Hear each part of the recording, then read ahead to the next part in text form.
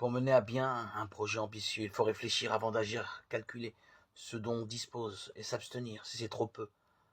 Voilà qui relève du bon sens.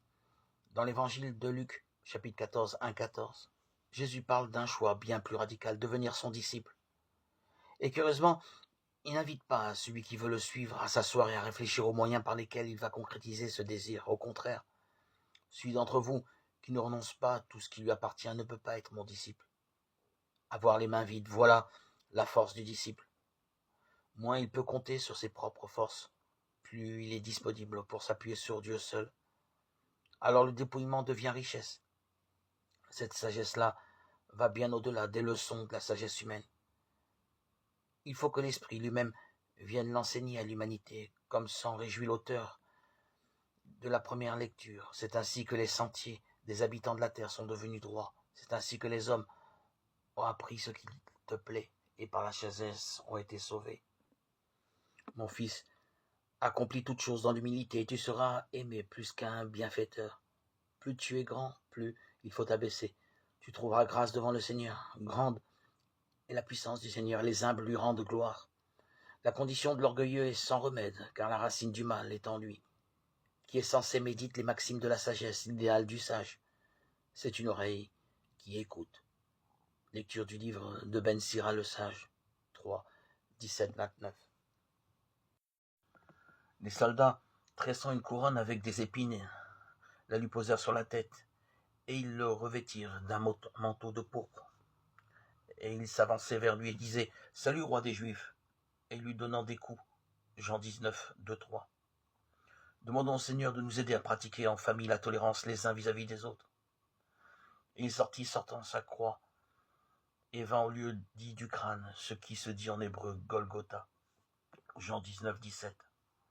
Demandons à Dieu la grâce que les familles soient attentives aux souffrances des autres, afin de leur venir en aide, selon la mesure de leurs moyens.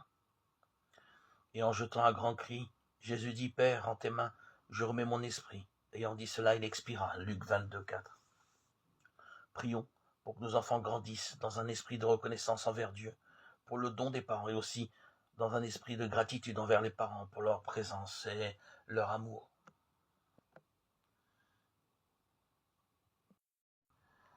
La réponse de Jésus ne suffit pas au jeune homme qui insiste en interrogeant le maître sur les commandements observés, lesquels, lui dit-il, Matthieu 19, 18. Il demande ce qu'il doit faire dans la vie pour manifester qu'il reconnaît la sainteté de Dieu. Après avoir orienté le regard du jeune homme vers Dieu, Jésus lui rappelle les commandements du décalogue qui ont trait au prochain. Jésus reprit, tu ne tueras pas, tu ne commettras pas d'adultère, tu ne voleras pas, tu ne porteras pas de faux témoignages. Honore ton père et ta mère et tu aimeras ton prochain comme toi-même. Matthieu 19, 18, 19.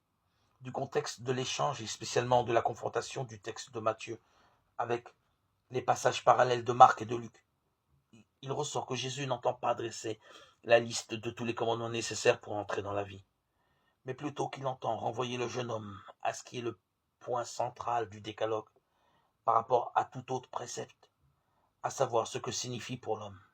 Je suis le Seigneur ton Dieu. Nous ne pouvons donc pas ne pas prêter attention aux commandements de la loi que le Seigneur Jésus rappelle au jeune homme. Ce sont des commandements qui font partie de ce qu'on appelle la seconde table du décalogue, dont le résumé, Romains 18, 8, 10, et le fondement sont le commandement de l'amour du prochain.